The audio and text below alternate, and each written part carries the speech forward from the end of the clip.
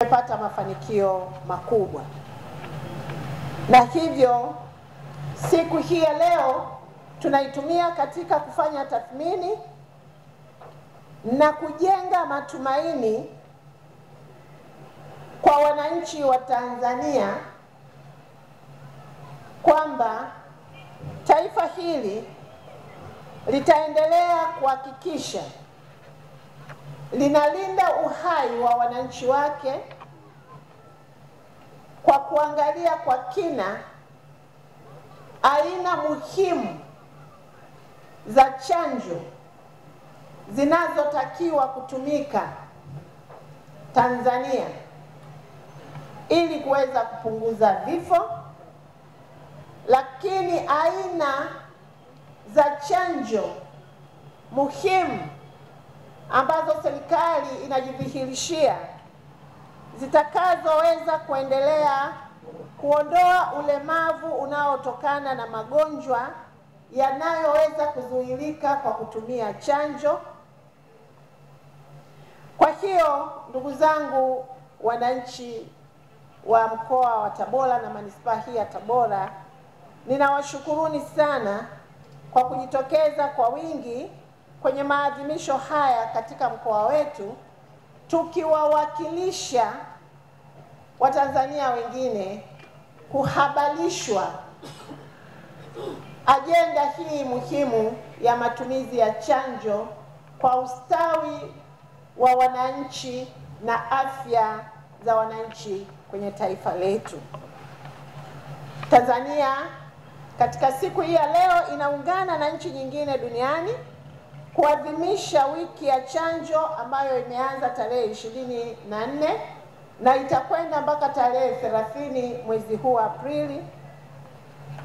Na hakika kama taifa tutatumia wiki hii kuhamasisha lakini kuelimisha jamii kuhusu umuhimu wa huduma za chanjo katika kukinga magonjwa yanayozuilika, kuepusha vifo na kuhakikisha kwamba vifo, ulemavu unaoweza kutokea ama ukapatikana nchini pale ambapo huduma ya chanjo haijatekelezwa vizuri, basi tunajitahidi kuzuia madhara hayo. Wiki hii pia tutaitumia kuhamasisha na kuzifikia familia za wananchi katika taifa letu, na hasa wale wenye watoto wadogo ambao hawakubahatika kupata chanjo ama hawajakamilisha ratiba zao za mzunguko wa chanjo. Wawapeleke watoto hao katika vituo vya kutolea huduma vya serikali na vituo binafsi ili watoto wapate chanjo ikiwa ni haki yao ya kimsingi. Na ndio maana hata leo mimi na kaimu mkuu wa mkoa, lakini vile vile tukishirikiana na mkurugenzi mkazi wa WHO, na sisi tumeshiriki kwa maelekezo ya wataalam na usimamizi wa wataalam kuhamasisha kutoa chanjo za matone kwa watoto wetu ili kuweza kuwakinga na madhara ambayo nimekwisha kuyaeleza. Kauli mbiu yetu mwaka huu inatutaka wananchi kwa pamoja tuungane kuwezesha walengwa wote wapate chanjo, ikiwa ni watoto, ikiwa ni watu wazima kwa namna moja ama nyingine. Na mmeona chanjo dhidi ya ugonjwa wa COVID ambavyo imeweza kutusaidia kupambana na ugonjwa huo na kufanya ugonjwa wa COVID usiendelee kuwa tishio katika taifa letu. Kwa hiyo wote kwa pamoja kama Watanzania ni walengwa wa kupata chanjo baada ya mamlaka zetu na taratibu za kiserikali pale zinapokuwa zimejithibitishia usalama na umuhimu wa matumizi ya chanjo hizo, tuna kila sababu ya kushiriki. Kila mmoja katika wiki hii ana wajibu wa kuhakikisha mtoto wake, mjukuu wake, mtoto wa jirani au mlengwa mwingine yeyote amepata haki hii ya msingi ya kupatiwa chanjo ili kumkinga asipatwe na magonjwa yanayoweza kuzuilika kwa kutumia chanjo, lakini asihatarishe watoto wengine kuwaletea magonjwa kwa sababu ya kutokuchanjwa. Wiki hii pia itatumika kuhamasisha na kuifundisha jamii kuhusu umuhimu wa chanjo katika kukinga magonjwa na kuepusha vifo vinavyotokana na magonjwa mbalimbali ambayo msingi wake ni kukosekana kwa chanjo. Magonjwa yanayokingwa na chanjo hapa Tanzania kwa sasa ni pamoja na kifua kikuu, donda koo, kifadulo, polio, surua, rubela, pepopunda na homa ya ini pamoja na homa ya uti wa mgongo, mafua makali na kichomi, lakini vile vile kuhara kukali na saratani ya mlango wa kizazi. Magonjwa haya yote kwa sasa nchi yetu inao uwezo wa kutoa chanjo ili kukinga jamii dhidi ya magonjwa haya.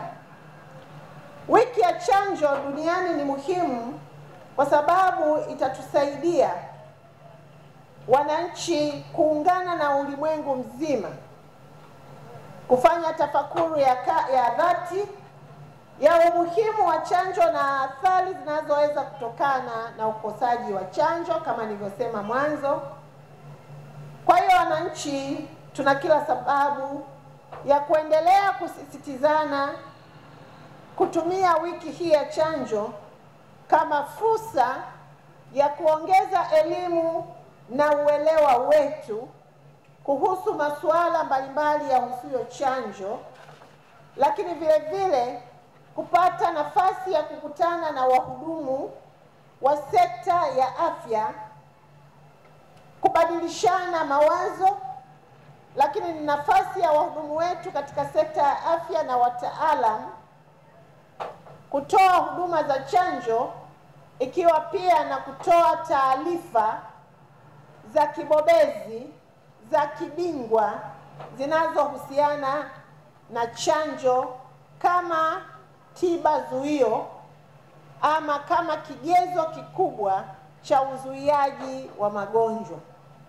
Ndugu zangu, niendelee kusisitiza, katika ulimwengu wa sasa kinga ni bora kuliko tiba.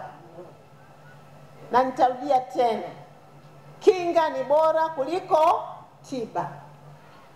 Kwa hiyo matumizi ya chanjo yanatusaidia kujikinga na maradhi pasipo kutupelekea kutumia gharama kubwa, muda mwingi na matatizo makubwa katika tiba ya magonjwa hayo, endapo kama hatutakuwa tumejikinga kwa kutumia chanjo. Lakini niendelee katika fursa hii kuwakumbusha watumishi wote kwenye sekta ya afya kutekeleza majukumu yao kwa weledi, kwa kuzingatia viapo vyao ambavyo vimewafanya wawepo kwenye sekta hii kwa kuzingatia taaluma na ujuzi walionao. Wako baadhi ya watumishi wachache sana ambao wanafanya kazi kwenye sekta ya afya bila kuzingatia maadili yanayomhitaji mtumishi wa afya kuwa nayo, ikiwa ni pamoja na uzembe kazini, ikiwa na pamoja na lugha zisizopendeza kwa wagonjwa, ninaomba nitumie fursa hii kuwakemea watumishi hao wachache kuto kuharibu heshima na sifa kubwa ambayo wamejiwekea kwa sasa watumishi wa sekta ya afya katika nchi yetu kwa ujumla. Na ninaendelea kuwapongeza watumishi wa afya wote kwa kazi kubwa na nzuri wanayoifanya, na nitoe wito kwa watumishi wa afya kuto kukubali watumishi wachache kuharibu sifa na taswira ya utoaji huduma kwenye sekta ya afya nchini. Na nitoe wito kwa viongozi ambao tumeambatana hapa na viongozi wote wa sekta ya afya nchini kuendelea kuwabaini watumishi hao wachache na kuchukua hatua, lakini kuendelea kuwatia moyo watumishi wetu wa sekta ya afya kwa kuwa wanafanya kazi kubwa ya kuokoa maisha ya wananchi wa Tanzania, na mimi naomba tuwapigie makofi watumishi wetu wa sekta ya afya kwa kazi hiyo kubwa.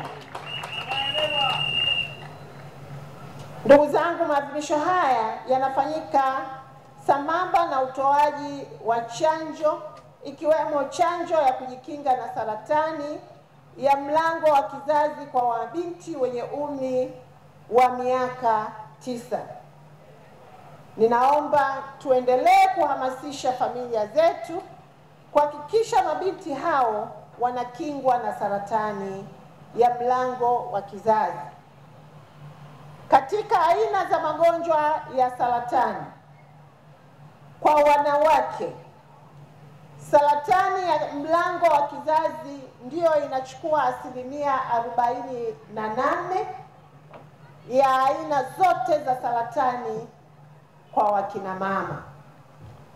Kwa hiyo kuna kila sababu ya kuchukua maamuzi sahihi kwa wakati sahihi tulionao sasa, kuhakikisha tunawalinda mabinti zetu dhidi ya saratani hiyo.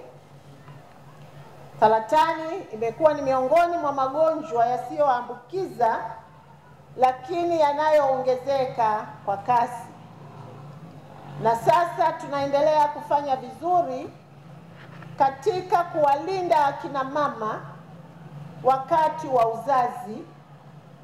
Na ndugu zangu wananchi wa Tabora, ni lazima tuinue mikono yetu na moyo wa shukrani kwa Mheshimiwa Rais wa Jamhuri ya Muungano wa Tanzania na Amiri Jeshi Mkuu Dr. Samia Suluhu Hassan katika kipindi kifupi akiwa makamu wa rais na sasa akiwa rais wa Jamhuri ya Muungano wa Tanzania.